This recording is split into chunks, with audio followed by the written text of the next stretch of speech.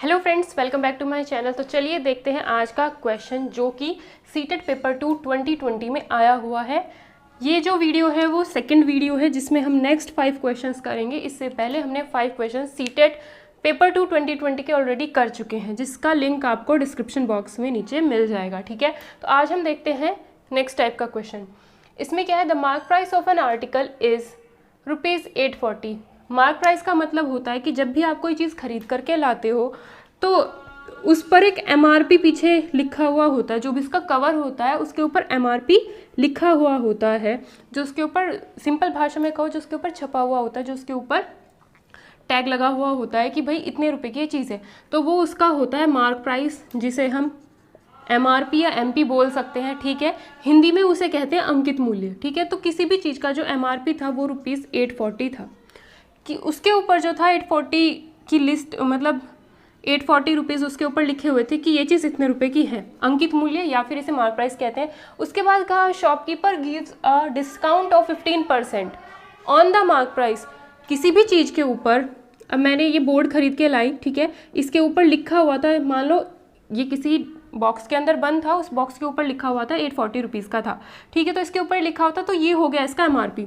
लेकिन उसने मुझे 840 का नहीं दिया, उसने मुझे 840 का ना दे करके उसने मुझे क्या कहा कि 15% का इस पर डिस्काउंट है। तो डिस्काउंट जो होता है हमेशा वो मार्क प्राइस पर ही होता है, यानी अंकित मूल्य पर ही आपको डिस्काउंट दिया जाता है। जो छूट दी जाती है वो उतने रुपए पर दी जाती है जो उस चीज़ के कवर जो होता है उसके ऊपर प्रिंट होती है। ठीक है, जो प्रिंट होता है ना, उस जो प्रिंट हो रखा होता है पैसा, उसको हम अंकित मूल्य या फिर MRP कहते हैं, मार्क प्राइस कहते हैं, MP से भी से शो करते हैं। तो उसी के ऊपर जो होती है आपको छूट दी जाती है। तो इसके ऊपर आपको 15% की छूट दी जाएगी, इसके ऊपर आपको 15% की छूट दी जाएगी। मतलब जितने का ये था इसमें से 15% कम करके इसी का ही तब आपको वो चीज़ दी जाएगी। तो वहाँ से आपका आएगा सेलिंग प्राइस, जितने में आप कोई चीज़ खरीदोगे। ठीक है, जितने में आप कोई चीज़ खरीद रहे हो। ठीक है, मतलब कहने का मतलब ये है, उल्टा हो गया थोड़ा सा, कि वो दुकान अभी जो चीज़ थी वो शॉपकीपर के पास थी, दुकानदार के पास थी अभी दुकान, अभी जो चीज़ थी जो शॉपकीपर था उसके पास थी वो चीज़, तो उसका MRP जो था वो 840 रुपीज़ था। अब क्या हुआ है, उस दुकानदार ने 15% की छूट दी है इसके ऊपर, तो अब वो क्या कर रहा है, इसको बेचेगा, उस चीज़ को, या इस बोर्ड को अगर मैं कहूँ तो उस चीज़ को वो बेचेगा यानी वो सेल करेगा। तो वहाँ पर होगा सेलिंग प्राइस। क्या होगा वहाँ पर, सेलिंग प्राइस। तो सेलिंग प्राइस क्या हो जाएगा, 840 में से 840 का ही 15% माइनस कर देंगे। ठीक है, 840 में से 840 का ही, ऐसे लिखेंगे इसे, 840 15% ऑफ 840। पूरा कंसेप्ट समझाने की कोशिश कर रही हूँ इस क्वेश्चन का। ठीक है, ऐसे क्वेश्चन एग्जाम में आते हैं, बार बार आते हैं इस टाइप के क्वेश्चन। ठीक है, तो 840 रुपीज़ उसके ऊपर लगा हुआ था टैग कि इतने रुपए की है। शॉपकीपर ने क्या कहा कि आपको इतने की नहीं, 15% का इस पर डिस्काउंट मिलेगा। तो डिस्काउंट हमेशा मार्क प्राइस के ऊपर ही मिलता है। तो उसने क्या किया, शॉपकीपर ने सेल कर दिया इसको, यानी बेच दिया इसको। 840 में 15% 840 का ही निकाल करके कम कर दिया और इतने की चीज़ आपको बेच दी। ठीक है, अभी तो सिंपल लैंग्वेज में बता रही हूँ, बाद में इसका शॉर्ट तरीका बता दूंगी। ठीक है, and still makes a profit of 19%। अब उस दुकानदार को क्या हुआ, 19% का तब भी प्रॉफिट हुआ। मतलब वो उसने जितने रुपए में वो चीज़ खरीदी होगी उसके ऊपर उसे 19% का फ़ायदा हुआ। तो उस शॉपकीपर के लिए जितने रुपए में उसने वो चीज़ खरीदी होगी वो होगा कॉस्ट प्राइस। भाई जब वो बेच रहा है कोई चीज़ तो वो खरीद कर भी तो लाया होगा, तो उसने जितने रुपए में वो खरीदी होगी वो होगा उसका कॉस्ट प्राइस, या फिर उसे हिंदी में कहते हैं क्रय मूल्य। ठीक है, वही क्रय मूल्य हमें बताना है कि वो जो चीज़ वो खरीद के लाया था, जो भी आर्टिकल वो खरीद के लाया था, वो कितने में खरीद करके लाया था, और इस कॉस्ट प्राइस पर वो क्या करता है, 19% का फ़ायदा मिलता है। तो जो प्रॉफिट मिलता है वो हमेशा किस पे मिलता है, प्रॉफिट और लॉस हमेशा कॉस्ट प्राइस पर होता है, और डिस्काउंट होता है हमेशा मार्क प्राइस पर। ठीक है, तो जितने रुपए की वो चीज़ खरीद कर लाया था उस पर क्या हुआ है, उसे प्रॉफिट हुआ है। तो कॉस्ट प्राइस को मैं CP से लिख देती हूँ। तो CP का यानी 19% ऑफ CP, 19% ऑफ CP अगर कॉस्ट प्राइस के अंदर ऐड कर दिया जाए तो यहाँ से मुझे पता चल जाएगा कि ये हो जाएगा उसका SP। भाई जितने में वो खरीद के लाया था उतने का 19% उसने क्या किया है, प्रॉफिट कमाया है। तो ये हो गया आपका प्रॉफिट। कॉस्ट प्राइस में अगर आप प्रॉफिट को ऐड कर दोगे क्रय मूल्य में, अगर आप फ़ायदे को ऐड कर दोगे, लाभ को ऐड कर दोगे, तो आपको क्या मिलेगा, जितने में आपने वो चीज़ बेची होगी। एक तरीके से तो यहाँ से एसपी निकलता है, दूसरे तरीके से यहाँ से एसपी निकलता है कि सेलिंग प्राइस अगर उसका मार्क प्राइस इतना था तो मार्क प्राइस पे उसने 15% की छूट दी, तब भी आपको क्या मिलता है, सेलिंग प्राइस ही मिलता है। तो ये दोनों सेलिंग प्राइस क्या हो, ये दोनों सेलिंग प्राइस क्या हो जाएंगे बराबर, एक वैल्यू तो ये है और एक वैल्यू ये है, ये दोनों क्या हो जाएंगे बराबर। अगर इस तरीके, ये तो था इसका कंसेप्ट, इस तरीके से जाने की हमें ज़रूरत नहीं है, इसका छोटा तरीका है जो वो देखते हैं। ठीक है, इसका जो छोटा तरीका है हम वो देखते हैं, क्योंकि ऐसे पड़ेगा ये लेंदी। बस ये आपको समझाना था कि मार्क प्राइस, कॉस्ट प्राइस और जो आपको डिस्काउंट वगैरह दे रखा है उसके बीच में क्या रिलेशन बनता है। तो ये जो क्वेश्चन है वो सेलिंग प्राइस दोनों साइड से बराबर हो जाएगा कि भाई जितने की वो चीज़, जितना उसके ऊपर प्रिंट किया हुआ था वो इतने था, इतने पे उसने 15% की डिस्काउंट दी, तो इतने का 15% निकाल करके इसमें से माइनस कर देंगे तो हमें मिल जाएगा सेलिंग प्राइस। ठीक है, तो आप ऐसे भी सॉल्व कर सकते हो इसे। उसके बाद क्या है, शॉपकीपर ने जितने की वो चीज़ खरीदी होगी उस पर उसे 19% का प्रॉफिट मिला है, तब जा करके भी तो आपको सेलिंग प्राइस ही मिलेगा। भाई जितने का लाया था 19% और फ़ायदा मिल गया उसे, तो उसने क्या किया, उतने में बेच दिया होगा। जब बेचा होगा तभी तो 19% का फ़ायदा हुआ होगा। तो प्रॉफिट और लॉस हमेशा कॉस्ट प्राइस या सीपी पर निकलते हैं। तो यहाँ से आप क्या कर सकते हो, 840 में से अगर हम सेलिंग प्राइस निकालना चाहें, ठीक है, तरीका बता देती हूँ इसका, जो यही वाला है, 840 में से 15% ऑफ 840 माइनस कर देंगे। ठीक है, 15% ऑफ 840 आप निकाल सकते हो। कैसे निकाल सकते हो, देखो 15% को आप क्या लिख लो, आसान है बहुत, चाहे तो ऐसे कर लो 15/100 इंटू 840, 0 से 0 गया, 5 तिया 15, 5 दूनी 10, 2 से गया 4 बार, 2 बार, 4 तिया 12, 3 दूनी 6, तो ये आएगा 126। तो इसकी जो वैल्यू आ जाएगी वो आ जाएगी हमारे पास 126। कितनी आएगी, 126। ठीक है, माइनस 840, तो ये वैल्यू कितनी आएगी, 10 में से 6 गए 4, 1 और 7। ठीक है, तो ये आपको मिलता है 714। तो हमारे अकॉर्डिंग एसपी जो है, मतलब जो उसने चीज़ बेची थी, जो आर्टिकल उसने सेल किया था वो इतने रुपए में बेचा था, लेकिन दूसरे हमें पूछा क्या है, कॉस्ट प्राइस पूछ रखा है ना, तो ये भी तो हमारा इस चीज़ को अगर हम सॉल्व करेंगे तो वो भी तो एसपी आएगा। तो यहाँ से हमने एसपी की वैल्यू निकाल ली है। एसपी की वैल्यू जो आई है वो किसके बराबर है, cost price plus 19% of cost price is equals to SP, और एसपी की वैल्यू है 714। क्लियर, तो यहाँ से हम कह सकते हैं कि CP प्लस 19/100 ऑफ का मतलब multiply into CP equal to 714। ठीक है, तो ये क्या हो जाएगा, इसे लिख सकते हो आप 19 CP। ठीक है, तो इसके नीचे कुछ नहीं है तो 1, तो 100 से मल्टीप्लाई कर दो। बहुत ही सिंपल लैंग्वेज में समझा रही हूँ, जिससे किसी को बिल्कुल भी क्वेश्चन ना आता हो उसको भी समझ आ जाए, इसलिए इतना वक्त लग रहा है। ठीक है, 100 CP प्लस 19 CP कितना हो गया, 119 CP, क्योंकि ऐड तभी होता है जब नीचे दोनों सेम होते हैं। तो यहाँ पर 1 था, 100 से ऊपर नीचे मल्टीप्लाई करके हमने बना लिया, इतना आ गया। इतना अपॉन 100 की वैल्यू जो है वो 714 है। अब 119 से 714 कितना टाइम जाएगा, मे बी 6 टाइम, नहीं 9 7 63, 9 6 54, मे बी 6 टाइम, 119, 9 6 54, 6 कम 6 और 5 11, 1 6 और 1 7। ठीक है, 6 कम 6 1 7। तो ऐसे देख लेते हैं इसको भी कि 9 को एक ऐसे नंबर से मल्टीप्लाई करो जिसमें लास्ट में 4 आ जाए। तो 9 6 होता है 54, तो 9 इंटू 6 इक्वल्स टू हो गया 54। तो पूरे के पूरे इस नंबर को ही 6 से मल्टीप्लाई करके देख लो, तो ये आ जाएगा 714। तो यहाँ से हमारे पास क्या वैल्यू मिलती है, यहाँ से हमारे पास मिलता है CP इक्वल टू 6 इंटू 100। तो ये CP जो आ जाता है हमारा 600 आ जाता है, तो CP हमारा जो आ जाएगा वो 600 आ जाएगा। ये तो था इसका बेसिक मेथड कि जो भाई आपके पास सेलिंग प्राइस है उसे आप दो तरीके से निकालोगे, इक्वल कर दोगे तो CP आपको, फिर ये वाली इक्वेशन के इक्वल SP रख देना तो आपको मिल जाएगा। ठीक है, यही इसने बोल रखा था, देखो still makes a profit of इतना %, तो CP पूछ रखा था कि भाई दुकान सब खेलना दुकानदार के ऊपर है कि दुकानदार ने उस पर कितना मार्क प्राइस लगा, कितना मार्क प्राइस उसका था, कितने पे वो खरीद के लाता है, कितने की छूट दे करके वो बेचता है, जितने में वो खरीद के लाता है उतने पे वो कितना प्रॉफिट और लॉस करके उस चीज़ को बेचता है, सारा काम उसका था। दूसरा तरीका इसको करने का ये होता है कि CP अपॉन MP कर दो, ठीक है, और 100 minus discount percentage upon 100 plus minus profit और लॉस परसेंटेज। दूसरा तरीका इसका डायरेक्ट ये होता है। ठीक है, इससे भी आप इसे कर सकते हो। कैसे, वही ये डायरेक्ट फॉर्मूला है, CP अपॉन अगर आप MP करोगे तो कितना आएगा, 100 माइनस डिस्काउंट परसेंटेज करना है, 100 प्लस माइनस प्रॉफिट और लॉस परसेंटेज करना है। यहाँ पे क्या हो रहा है, हमें प्रॉफिट हो रहा है 19% का, तो यहाँ पर हम लिखेंगे प्रॉफिट, और प्रॉफिट को क्या किया जाता है, ऐड किया जाता है, तो यहाँ पर माइनस नहीं होगा। अगर लॉस होता, यहाँ पर लॉस लिखा होता तो यहाँ पर माइनस लॉस कर देते। डिस्काउंट जो होता है वो घटाया जाता है, डिस्काउंट भाई 100 रुपये की चीज़ पे 20 रुपये का डिस्काउंट तो 80 रुपये में लाओगे ना, डिस्काउंट जो होता है वो घटाया जाता है, तो डिस्काउंट 15% का है, इसलिए यहाँ पर माइनस लगा हुआ है, तो यहाँ पर आएगा 15%, भी भूल जाओगे, ठीक है। तो यहाँ से CP अपॉन MP का आपको रेशो मिल जाएगा कितना, 100 में से 15 जाएगा 85, 100 और ये हो गया 119। अब अगर आप इसे डिवाइड करें, 17 पंजे 85 और 17 का टेबल कितना होता है, 17 सत्ते 17 सत्ते हो गए 29। तो यहाँ पर हम देख सकते हैं CP अपॉन MP का जो रेशो आता है वो 5:7 आ जाता है, ठीक है। अगर कॉस्ट प्राइस 5 होगा तो मार्क प्राइस कितना होगा, 7।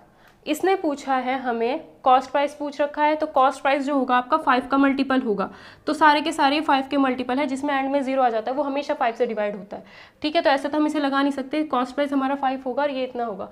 इसने कहा है मार्क प्राइस दे रखा है हमें, मार्क प्राइस कितना है 840, मतलब 7 की वैल्यू, हमारे हिसाब से तो मार्क प्राइस 7 है, क्वेश्चन के हिसाब से 840 है, तो 7 पॉइंट की वैल्यू हो गई 840, तो 1 पॉइंट की वैल्यू निकाल लो 840/7, ठीक है। और कितने की निकालनी है, CP 5 है, तो CP की वैल्यू कितनी हो जाएगी, तो दोनों साइड 5 से और गुना कर दो, तो यहाँ से 5 पॉइंट की वैल्यू निकल जाएगी, ये हो जाएगा 7 एकम 7, 7 दूनी 14 0, तो 120 × 5 = 12 पंजे 60, 600। तो ये भी तरीका है आपका, वो था बेसिक बिल्कुल, ये फॉर्मूले पर बेस्ड है, ठीक है। वो बेसिक मेथड था, ये ऐसे वाला मेथड है, बस कंपेयर करना कि क्या चीज़ दे रखी है, ठीक है।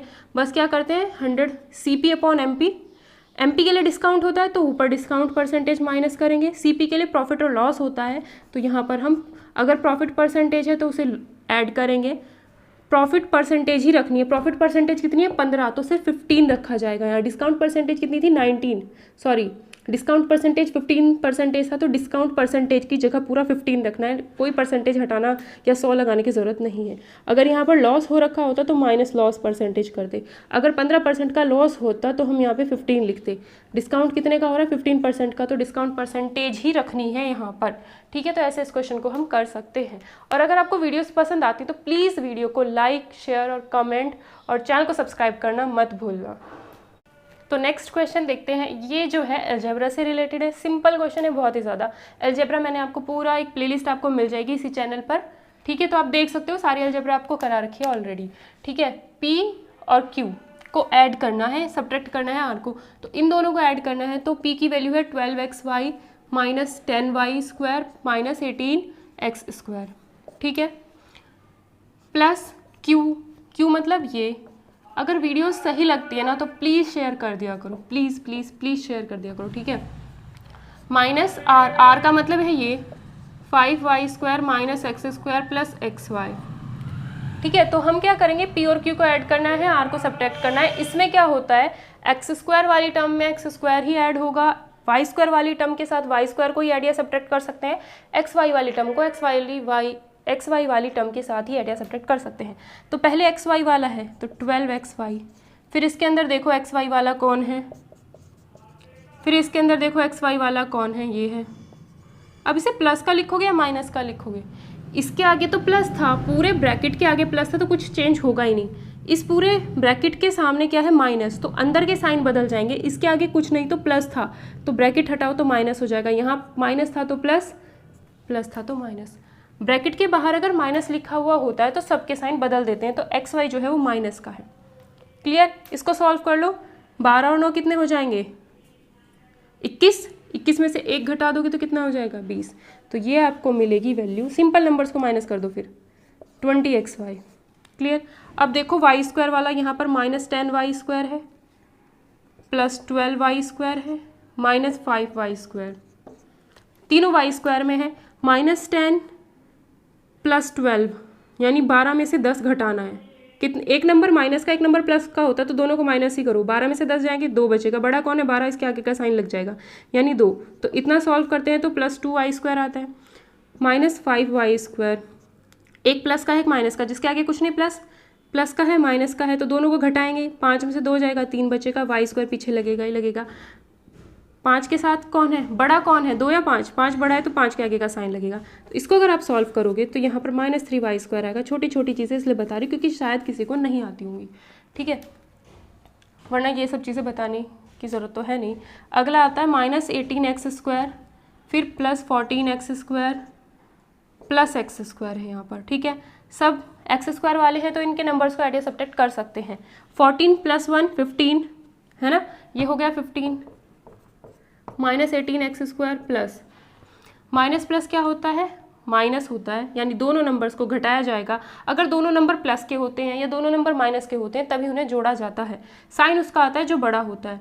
18 में से 15 जाएगा 3, बड़ा कौन है 18, तो माइनस का 3x²। तो आंसर चेक कर लो अब कौन सा है, 20xy इन दो में है तो शुरू के दोनों तो वैसे ही हट गए। -3y² इन दोनों में है, फिर -3x², तो ये रहा आंसर। तो इसका आंसर क्या हो जाएगा हमारा, लास्ट ऑप्शन हो जाएगा। बहुत ही सिंपल क्वेश्चन है ये, ठीक है।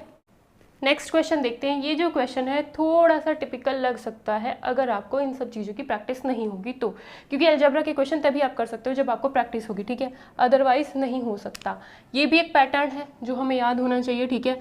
हमारे पास क्या होता है, x + 1/x होता है जिसकी वैल्यू हम मान लेते हैं m, ठीक है। तो हम क्या करते हैं, दोनों साइड स्क्वायर करते हैं। तो जैसे ही हम दोनों साइड स्क्वायर करते हैं तो x² ये हो जाएगा, इसका होल स्क्वायर खोल दो तो x² + 1/x² आएगा, प्लस 2 × ये × ये 2 × x × 1/x = m²। x × 1/x तो कैंसिल हो जाएगा तो ये सिर्फ 2 बचता है। तो x² + 1/x² की जो वैल्यू होती है वो +2 = के इधर लेके चले जाएंगे तो ये बन जाती है। तो इसकी वैल्यू होती है ये, क्लियर। इसके बाद इसका फिर से स्क्वायर कर देते हैं। इसका क्या करते हैं, फिर से स्क्वायर, कॉन्सेप्ट पूरा यही बता रही हूँ। इसका हम फिर से स्क्वायर करेंगे तो ये हो जाएगा, ठीक है। तो इसका स्क्वायर करेंगे तो x का स्क्वायर का अगर स्क्वायर करोगे तो 2 × 2 पावर जो हो जाती है वो मल्टीप्लाई हो जाती है, तो ये पावर हो जाएगी 4 प्लस 1/x²। 1/x² का अगर होल स्क्वायर करोगे तो 1 की पावर 2 1 ही आता है, 1 की तो कितनी भी पावर करो 1 ही आना है। x² का पावर 2 करोगे तो x की पावर 4 हो जाती है, तो ये हो जाएगा x की पावर 4, ठीक है। उसके बाद क्या होता है, +2 × इन दोनों की मल्टीप्लाई, 2 × ये और ये, ठीक है, x² × 1/x², x² से x² कैंसिल हो गया तो ये 1 ही बचता है, तो इंटू में 2 है तो 2 आ जाएगा, क्लियर। इसके बाद इधर क्या आएगा, इसका होल स्क्वायर करना है। इसका अगर आप होल स्क्वायर करना चाहते हो या फिर इसे ऐसे ही लिख दो -2, ये +2 भी उधर लेके चले गए तो ये चीज़ हो जाएगी -2। तो आपको क्या दे रखा है, ये वाली वैल्यू दे रखी है, x की पावर 4 + 1/x की पावर 4 ये दे रखा है, और आपसे जो पूछा गया है वो x - 1/x पूछा गया है। भाई एक चीज़ सोचो, आपको ये तो पता था ना x + 1/x = m था, इसमें और थोड़ा सा चेंज है क्वेश्चन में, ठीक है। कंसेप्ट इसका समझने में थोड़ा टाइम लग सकता है अगर मैं ऐसे ही बताऊँ तो। ये चीज़ आपको पता है, यहाँ पर भी आपका प्लस है, मतलब इससे अगर आप उल्टा चलने की कोशिश करोगे तब भी आपको x + 1/x मिलेगा, प्लस मिलेगा। यहाँ पर आपको वैल्यू माइनस वाले की निकालनी है, ठीक है। तो सबसे आसान तरीका जो होगा इसका वो क्या होगा, ठीक है, ये चीज़ आप नोट कर सकते हो, आपके किसी भी एग्जाम में काम आ सकती है, ठीक है। इसके लिए हम क्या करेंगे, क्योंकि हम प्लस से लेकर के चले हैं, अब हम क्या करते हैं, अगर हम x + 1/x लेकर के चलते हैं तो भी ये चीज़ बनती है, अगर x - 1/x लेकर के चलेंगे तो भी ये चीज़ बनेगी, ठीक है। मैंने देखा नहीं कि वहाँ पर x - 1/x पूछ रखा है, तो इसने जो पूछा है, जो चीज़ इसने पूछी है, किसका कंसेप्ट बताने के लिए इतना काम करी, वरना इतना करने की ज़रूरत है नहीं, ठीक है। लेकिन कंसेप्ट समझ आ गया तो ऐसा क्वेश्चन कहीं पर भी मिलेगा, आप कर पाओगे। x - 1/x हमने m मान लिया, दोनों साइड स्क्वायर कर दो, तो फर्स्ट नंबर का स्क्वायर प्लस 1/x² माइनस 2 × ये × ये, भाई 2a + b का होल स्क्वायर तो पता ही होगा, a - b का होल स्क्वायर, तो x से x कैंसिल हो जाएगा, = m², -2 उधर जाके +2 हो जाएगा। अब फिर से हमें क्या बनानी, पावर 4 बनानी है, इसका स्क्वायर कर दो, तो इधर भी स्क्वायर करना पड़ेगा, तो ये हो जाएगा x की पावर 2 का स्क्वायर करोगे तो 4 प्लस 1/x की पावर 2 का स्क्वायर करोगे तो जैसे पहले किया था 4 प्लस 2 × इन दोनों की multiply 2 × x² × x 1/x², x² से x² कैंसिल हो जाएगा तो ये 2 बचेगा, इधर क्या बचती है वैल्यू ये, ठीक है। इस +2 को भी उठा करके इधर ले जाओ तो ये -2 हो जाएगा। तो जो हम अगर यहाँ पर प्लस था तो यहाँ पर माइनस आ रहा था, अगर यहाँ पर माइनस है तो यहाँ पर प्लस आ रहा है। ठीक है, ये चेंज हुआ है इसमें। हमें इसकी वैल्यू दी है, कितनी दी है इसकी वैल्यू 322, यानी हमें इसकी वैल्यू दी है m² प्लस 2 का होल स्क्वायर माइनस 2 की वैल्यू दी है 322। अगर आपको 1 से लेके 20 तक के स्क्वायर्स याद होंगे तो ये क्वेश्चन यहीं ख़त्म हो जाएगा। कुछ भी नहीं करना, बस ये कॉन्सेप्ट बताने के लिए कर रही हूँ। ठीक है, ये -2 इधर जाके ऐड हो जाएगा, ये बनेगा 324। 324 जो होता है वो 18 का स्क्वायर होता है।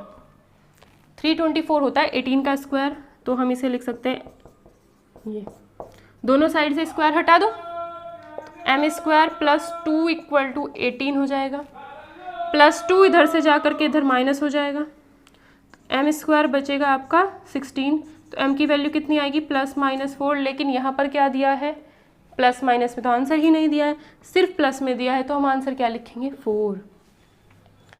तो ये तो था इसका फुल कंसेप्ट। अब सिर्फ और सिर्फ 2 सेकंड के काम के लिए अगर आप इसे करना चाहते हो तो सिर्फ इतना ही करना था। ठीक है, सिर्फ क्या करना था, इतना ही। भाई 322 किसके आसपास का होता है, 322 जिसने मतलब पूरा कंप्लीट पढ़ रखा होगा ना वही ये चीज़ कर सकता है। तो उसके लिए अगर आप बैच ज्वाइन करना चाहते हो तो ज्वाइन कर सकते हो, सिर्फ 299 में है, अगर आपको लगता है कि आपको ज्वाइन करने की ज़रूरत है तो। ठीक है, अदरवाइज़ अगर आपको लगता है कि आप ऐसे ही कर सकते हो, ये वीडियोज़ आपके लिए हेल्पफुल है तो अलग बात है। ठीक है, जिसे कंप्लीट पढ़ना हो उसके लिए है वो, क्योंकि यूट्यूब पर मैं कंप्लीट नहीं पढ़ा सकती हूँ। ठीक है, तो इसकी वैल्यू कितनी आई, 322। अब मुझे पता है 322 जो है वो किसके स्क्वायर के आसपास आता है, वो आता है 18 के स्क्वायर के आसपास। तो यानी 18 का स्क्वायर होता है 324 और 18 के स्क्वायर के आसपास की ये वैल्यू है, तो 18 का स्क्वायर होता है 324। तो मैं क्या करूँगी, डायरेक्ट ये इक्वल टू 324। 324 किसका स्क्वायर होता है, 18 का स्क्वायर होता है, तो हमने इसे 18 का स्क्वायर लिख लिया। अब 18 जो आ रहा है स्क्वायर भी हटा दो, 18 किसके आसपास आता है, 16। ये मतलब जब पूरा पढ़ा हुआ होता है ना तब ये चीज़ें लगा सकता है इंसान। फिर अब ये कैसे बनता है, ये स्क्वायर बनता था इसका स्क्वायर बना के आता था, तो ये तुक्का है। तुक्का क्या, जो चीज़ मैंने कंसेप्ट बताया है उससे ध्यान में रखते हुए चीज़ अपने आप करते जानी है। फिर अब ये 16 किसका रूट हो सकता है, 4 का रूट हो सकता है। भाई 18 तो किसी का रूट हो नहीं सकता, तो इसमें से 2 कम कर दिया जाए 16, तो 16 क्या होगा, 16 4 का रूट हो जाएगा, तो यहाँ पर x - 1/x अपने आप आ जाएगा, तो इसका आंसर 4 हो जाएगा। तो ये एक तरीका है क्वेश्चन को करने का, बट ये तब लगा सकते हो जब पूरा का पूरा कंसेप्ट पता हो। ठीक है, वैसे नहीं लगा सकते इसको। तो इस वीडियो में इतने ही क्वेश्चंस। अगर आपको ये वीडियो पसंद आती है तो प्लीज़ वीडियो को लाइक, शेयर और चैनल को सब्सक्राइब करना मत भूलना। और अगर आप बैच ज्वाइन करना चाहते हो तो आप इस नंबर पर कांटेक्ट कर सकते हो। ठीक है, अगर आप बैच ज्वाइन करना चाहते हो सीटेट के लिए या यूटेट के लिए, किसी भी अदर टेट एग्ज़ाम के लिए, तो आप इस नंबर पर कांटेक्ट करके डिटेल्स जान सकते हो। सिर्फ और सिर्फ 299 में आपको कंप्लीट बैच मैथ्स का मिल जाएगा। उसमें सारी चीज़ें आपको पढ़ाई जाएंगी, क्योंकि यहाँ पर तो सिर्फ आपको जो प्रीवियस ईयर क्वेश्चन है उनके सॉल्यूशन बहुत अच्छे तरीके से बताए जा रहे हैं। लेकिन एक क्वेश्चन को करने के लिए आपको पूरा का पूरा बेसिक आना चाहिए। वैसे तो अगर आपका मैथ्स अच्छा है, आपको लगता है आप खुद कर सकते हो, तो वीडियोस आपको के लिए हेल्पफुल हो जाएंगी। लेकिन अगर आपको लगता है कि आपका मैथ्स जो है वो वीक है, आपको पढ़ने की ज़रूरत है, तो फिर तो आपको बैच ज्वाइन करना पड़ेगा ही पड़ेगा। ठीक है, उससे आपको ज़्यादा समझ में आएगा। ठीक है,